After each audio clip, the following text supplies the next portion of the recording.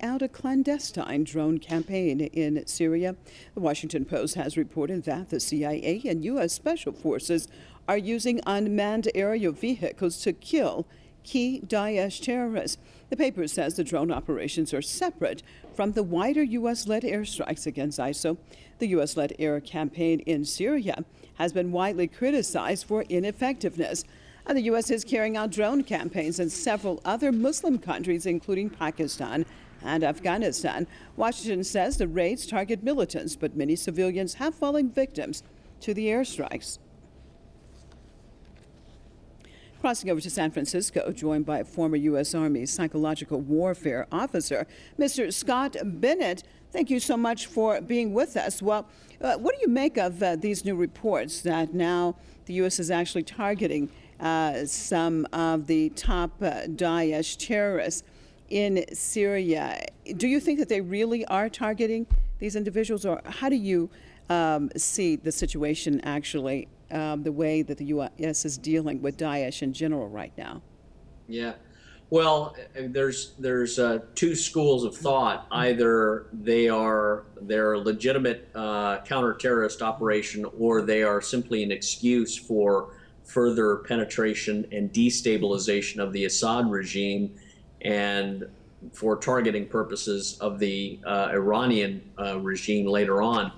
Targeted drones, of course, we know really have more negative blowback than they do positive, unless it's a very specific operation. And I know this because of my work in the military and the defense contractor realm and at the State Department. I was liaison for Special Operations Command at the State Department, and I never discuss anything classified, but I know the thinking men at the time. We were always gathered, and the common understanding was drone strikes do not work to win the hearts and minds of the indigenous population. You create more jihadis, you create more enemy combatants, you create more people who hate America and kill tourists on the beach, or kill Europeans who come and visit tourist strikes, or you create more people to give money to Wahhabi Salafist terrorist operations, or you cause these people to flee to Europe or leave their indigenous lands for stability. So there's absolutely nothing that's been going on that's good behind the drone strikes. Well, let me just jump in here. So according to then what you're saying is that it's been calculated, it's been definitely known to begin with, as far as the results of what these actions, like the drone attacks, what would actually happen. So is it that the United States want to create more enemies for itself? Is it that they want more people to try to attack inside of the United States? Explain to me, please expand on exactly what you mean by this. Well, it seems very odd. It seems in direct contradiction to the Constitution of the United States and the best interests of the American people. And that's why so many of us are absolutely outraged, because that's precisely what it does and what it is. They are generating more enemies for the military-industrial complex, you might say. They're looking to start more fires in order to pay firemen to put them out. And the analogy is wars and conflicts for American military and American defense contractors. There's a lot of people who get wealthy and get increased power, and a lot of politicians who maintain their position in political office by these wars and through these wars and for these wars. And it's something that runs afoul of the traditional the traditional American position has always been non-interference, intervention in foreign affairs. That was radically changed on September 11th, 2001, when the false flag operation of the Twin Tower attacks was conducted. And Americans are starting to catch on to that. I was part of the operation that believed these attacks were real at the time, but subsequently came out after discovering a lot of this was completely false. And it totally changed my worldview and my mind of what the CIA really is all about. The CIA has always been in competition with Joint Special Operations Command and the military. They sort of do the drone running operations and they pick the targets, but the military are sort of used as the slave of the CIA. And the bad thing is the thinking people in the State Department, in the military, in the defense contractors who are trying to solve this properly and intelligently, they're shut down by the CIA. I worked with Ambassador Adele Daly at the State Department and a guy, Mike Furlong, who both of those men were attacked by the CIA because they were looking to develop a more hearts and minds psychological operation department and platform. And the CIA didn't want that. The CIA wants more kinetic operations in order to facilitate regime change. With regime change, you have new cultivation of resources. You have more indigenous nonprofits that can be started up. You can really do. There's a good book called Economic Hitman, and it really defines how the U.S. CIA military-industrial complex goes around to a lot of these nations in Africa and the Middle East and does regime change for the purposes of creating vassal states.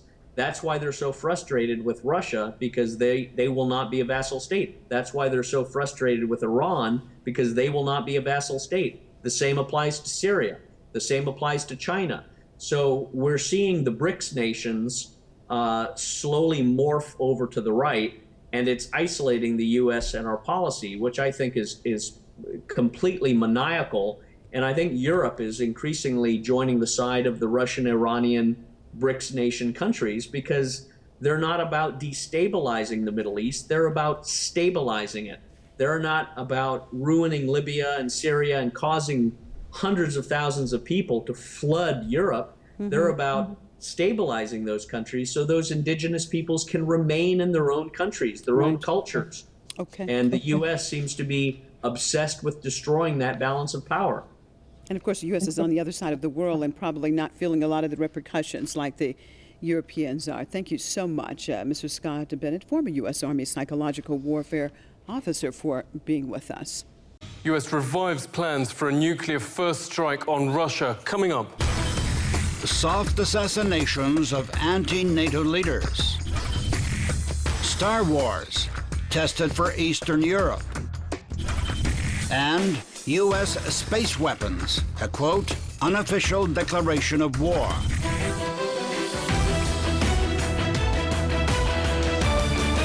Secret clauses of NATO membership state the U.S. can and will depose Europe's governments on the orders of the White House. Even if the electorate were to show a different inclination, secret protocols guarantee alignment by any means. By any means exactly that. Early NATO whistleblower Hans Otto exposed, quote, kill lists of leading European politicians that defied investigators' beliefs, but were subsequently confirmed by police. Officers found 15 pages of members of the German Communist Party to be assassinated and 80 pages on Germany's Social Democrats, one of the two major parties in the country. The documents state these assassinations would take place in case of X. X may refer, writes NATO scholar Dr. Daniel Ganser, to mass protests against a US-backed government or an election victory of a genuinely left-wing party.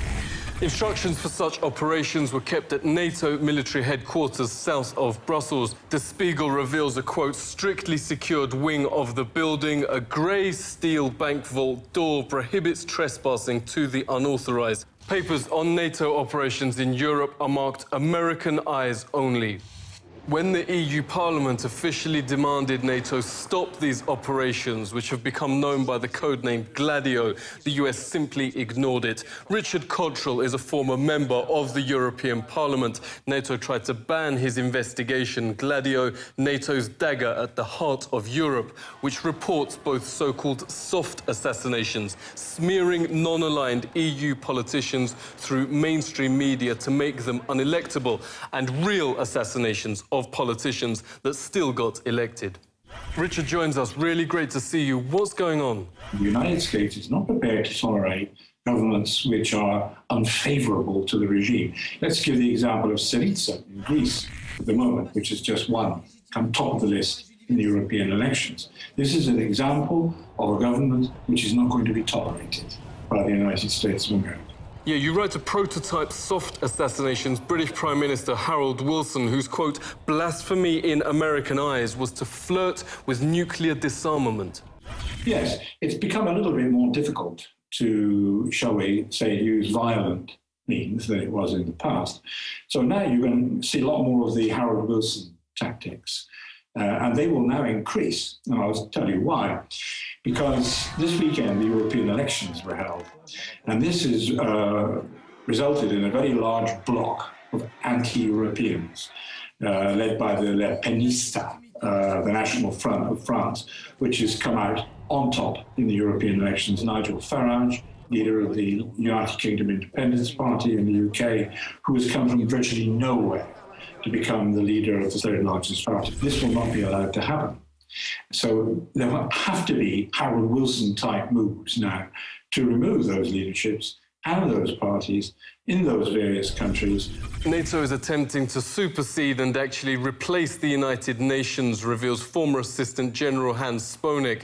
Its revised doctrine refuses the UN monopoly on the use of force, reports Global Research News. NATO now promotes itself as the military wing of the UN itself. The doctrine reserves the right to intervene anywhere in the world where there's, quote, movements of large numbers of persons. Its newly formed Partners Across the Globe programs already incorporated Australia, New Zealand, Japan, Pakistan and Iraq, and leads the occupation of Afghanistan.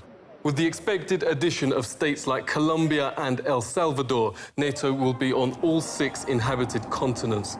Obama's foreign policy guru Zbigniew Brzezinski calls people in countries under US control vassals, a medieval term for slaves. American armed forces are now in over 150 countries. The unofficial figure, including clandestine US forces, is thought to be much higher. The Pentagon recently formed the United States Africa Command. Since then, NATO's dispatched the continent's most developed nation to a Hobbesian anarchy, overthrew the Ivory Coast and chopped Sudan's oil-rich southern half into a new state, leaving just 2.5 countries still outside its military grid. Leading military analyst, editor of the newslist Stop NATO, Rick Rozoff, joins us. Great to see you. What will happen to people when the last countries fall to US control? Global enslavement is the answer to that, and we see it manifested, for example, in ways that may not be immediately obvious, but after a certain amount of analysis we can see. For example, votes that have come up in the United Nations General Assembly in the last year and a half, 2 years, particularly I'm thinking on the question of Syria. We see that the U.S., through a number of factors, economic bribery, diplomatic blackmail, subversion, but also through bilateral and multilateral military programs, has been able to secure the overwhelming compliance or servility of other nations. And that's one of the reasons why there's no diplomatic and political independence in nations, because they're beholden to the United States. And frankly speaking, they're fearful of U.S. economic and ultimately military retaliation should they not go along with U.S. diktat. So today, I state clearly and with conviction America's commitment to seek the peace and security of a world without nuclear weapons. I'm not naive. Obama's duplicity is perhaps historically unparalleled. As soon as he envisioned a planet without nuclear weapons, he mushroomed nuclear weapons spending to levels above the height of the Cold War. He's expanded the infamous Bush doctrine of a nuclear strike against any country, regardless of international law. Full-spectrum dominance is the official term used by his administration, meaning, quote, control everything everywhere on sea, land, air, space, and outer space. US Space Command documents plan to even deny other nations the use of space. The one remaining power with the capacity to stop what the Pentagon calls full-spectrum dominance, writes intelligence analyst William Engdahl, is Russia. By design or coincidence, crisis in Ukraine's provided the perfect excuse for US military control of the region. 10 days ago, the administration tested its Star Wars system for Eastern Europe, which will now be rolled out starting in Romania. Obama brands his system the stronger, smarter and swifter version of Ronald Reagan's initial Star Wars program. Under the plan, the US attacks Russia with nuclear weapons, while NATO missile defense in Eastern Europe mops up any attempted response. MSNBC News writes it's most likely and understandable Russia interprets NATO's Star Wars deployment on its borders as an unofficial declaration of war. Aerospace analysts told Global Research that US Space Command is planning a nuclear-first strike on Russia, as well as one on China in 2016. Bruce Gagnon of the Global Network Against Weapons in Space joins us. Thank you very much for coming on. What do we know about the first strike plans? This is in the planning process today. The U.S. Space Command practicing engaging in a first strike attack. And this is the key element here, is that these are first strike attack planning.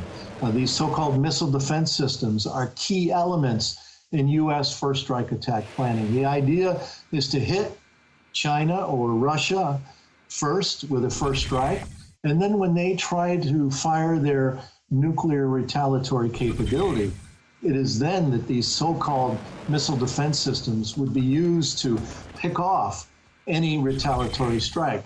So after a first strike sword is thrust into the heart of China or Russia, then the missile defense shield would be used to pick off any retaliation, and giving the U.S. a quote-unquote successful first strike attacks. It has nothing at all to do with defense. It has nothing to do with freedom or democracy or any of those words that are used all the time to disguise the true intentions. It's all about full spectrum dominance. Several decades ago, the first Star Wars initiative faced intense public and industry debate. Today, the US is controlled by just 6 mainstream media, all totally suborned to the White House. The result is an Orwellian silence on perhaps the most dangerous issue today.